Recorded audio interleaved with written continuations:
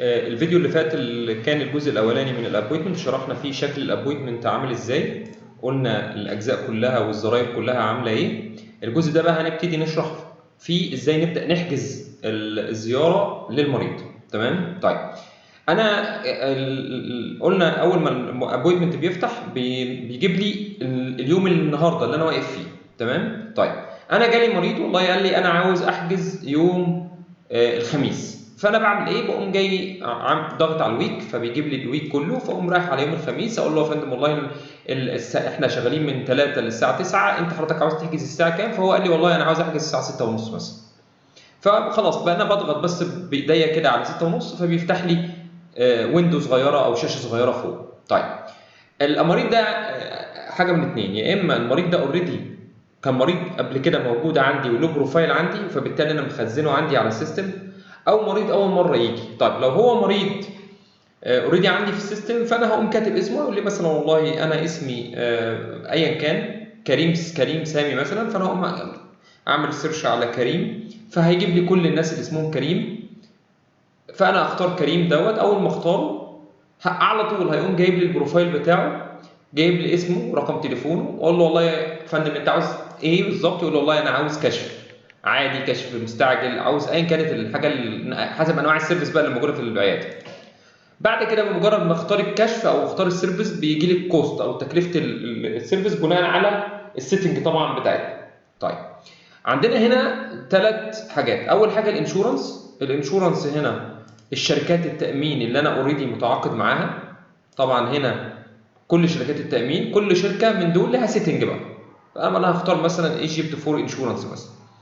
فايجيبت فور انشورنس لما اخترته عمل لي ديسكاونت 60 جنيه. تمام، من ال 200 جنيه. طيب لو عملت اوف هيرجع الكشف تاني 200 جنيه وهكذا. يبقى ده المفروض اخدهم من المريض، ال 140 جنيه دول المفروض اخدهم من المريض بعد ما اعمل الانشورنس. طب والله لو الشركه مديها ديسكاونت 100% زي ما احنا شرحنا في الفيديو بتاع الانشورنس، خلاص بيجي هنا صفر فالمريض ما بتاخدش منه فلوس. الكونفيرم ريزرفيشن هنا بقى دي لو حاله ان المريض مثلا بيكلمني في التليفون ولسه ما عملش كونفيرميشن للحضور، هو جاست بس قال انا هحجز، فخلاص بتسيب دي فاضيه ما تعملش كونفيرميشن، والبيت دي في حاله ان هو ما دفعش سيبها لغايه ما يدفع. تمام. انا خلصت فهعمل اد ابوينتمنت. بمجرد ما عملت اد ابوينتمنت حصل ايه؟ نزلت بقت باللون البرتقاني كده وعليها دولار ساين. انا هشرح الالوان الفرق بين الالوان دلوقتي، بس خلينا نعمل واحد تاني.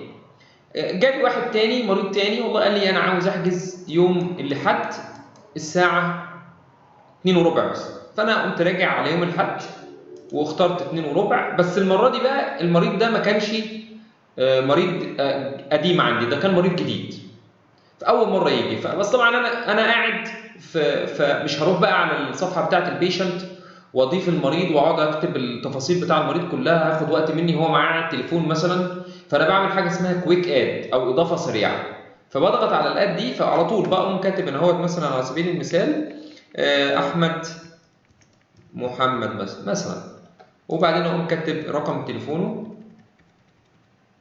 واعمل اد نيو بيشنت. فمجرد ما اعمل اد نيو بيشنت على طول بيفتح لي، هو ضافه على طول في لسته البيشنت، وبعدين قام فاتح لك الويندو نفس الويندو اللي انت فتحتها وانت بتحجز. اخترت نوع السيرفيس وليكن مثلا كشف مستعجل، وقمت ما اخترتش انشورنس وقمت عامل بيد وعملت كونفيرم ريزرفيشن، بمعنى مثلا ان الراجل موجود عندي في العياده وخلاص دفع الفلوس وكونفيرم الحجز. اوكي.